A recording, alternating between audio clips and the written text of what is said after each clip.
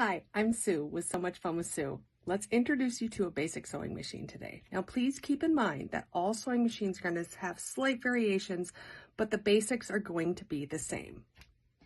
There are two cords that come with most sewing machines. The first one is the power cord. There's going to be a specific spot where you're going to connect it in and make sure you plug it into the machine and then plug it to a power source. Find your on-off switch. That's going to be very important. And then the next thing, we're going to move on to the foot pedal.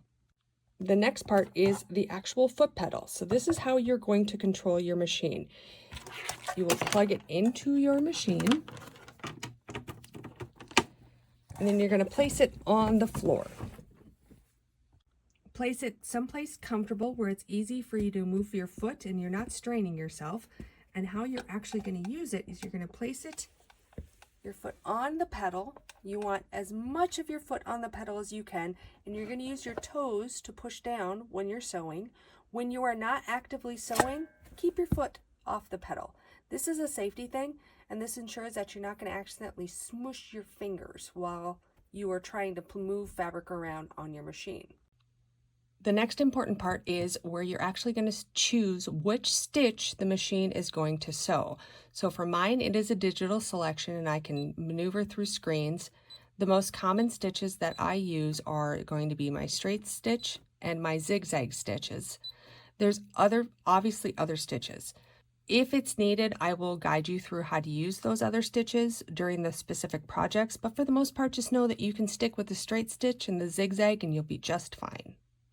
The next important part is your spool pin, which is where you're actually going to place your spool of thread that you're going to use for the top stitch. The biggest thing is you need to make sure it's flush all the way down to the base of where your thread is held, and that you use the top piece that comes with your machine, and this holds your thread, the whole thread spool in place so that it forms and feeds nicely through your machine. The next thing to talk about is how you actually put the thread through your machine, how you thread your machine. All of them are going to be very different, but even like my very old machine back here, they all have a picture. Follow the picture on your machine, go through the numbers, and thread your machine the way it instructs you to. If you get stuck, YouTube is a great source where you can look up your machine-specific threading instructions. All right, now we're to the actual area of the machine where you're going to do the sewing. There's a whole lot going on here. The first part that we're going to start with is your bobbin well.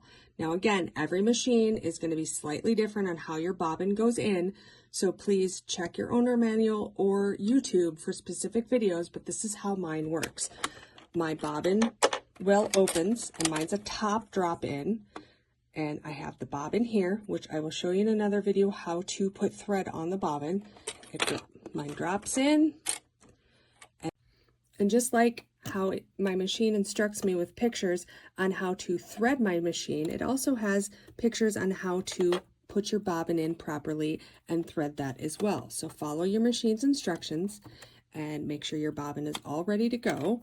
And then I seal up my well.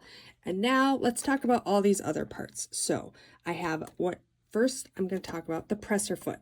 Now this is what actually holds your fabric down and helps get it through the machine and help you keep a straight line. And it works with these little things called the feed dogs. These bridge teeth items here grip onto your fabric and help pull it through. And this, in conjunction with your presser foot, is how you are able to sew a straight line. There's a good chance your machine came with a bunch of different presser foots. For most of the projects that we're going to do, you're going to just stick with the basic standard presser foot that came with your machine. They all clip into place really nicely. And again, check your machine's instructions or YouTube if you have specific questions about the presser feet that came with your machine. Now, the next thing that we're going to talk about is a lever. There's a good chance you can't see it when you're looking at your machine. Some machines you can, some you can't. This goes up and down. If you see, it's moving my presser foot up and down. This is how you can place fabric underneath. If you need to place thicker fabric, you can lift it higher. And then when you're ready to sew and you have your fabric underneath here, like this, So I have my fabric ready to go. In order to get the machine ready, you lower it down, and your presser foot is now holding your fabric, and the feed dogs, which are underneath the fabric, it's all ready to work together to start pulling your fabric through the machine. Now you can sew without holding your fabric, and it will go in a fairly straight line. I don't recommend it. It is better to have some control of your fabric when you're sewing. And you're not holding it, you're not fighting it, you're not pulling it. You're just loosely guiding your fabric and making sure that it's going in the straight line that you want. Okay, so this is again where machines are going to be slightly different. So I've started sewing my line. I got to the spot where I'm done, and this is where it's going to deviate for some people. So right now the needle is down, my presser foot is down, and I can't pull my fabric out because it's still basically attached to the machine. I have the cut feature, which I can press this button and it's going to cut the thread for me. It's going to lift the needle. It's going to do everything but lift my presser foot, which I have to do myself. And now I can pull this out and I have a finished sewn line. But if yours does not have this cutting feature, this is what you're going to do. So I'm going to sew my line, and I've decided right there is where I'm good and I'm done. Now like I said, if you don't have the cutting feature, there's a couple different options here. So the first is you need to get that needle higher up. Let's show you. See, the needle's still down in there. I need to get that needle up. You can manually raise and lower your needle. How you do this is on the side of your machine, there is a dial that allows you to raise and lower your needle. So when I get that all the way in the up position, which is what I want, I'm going to lift up the presser foot and I'm going to pull this out. Now this is, again, you might have this feature, you might not. On the side of my machine, there's this cutter. So I can take this and I can go up and I can cut it.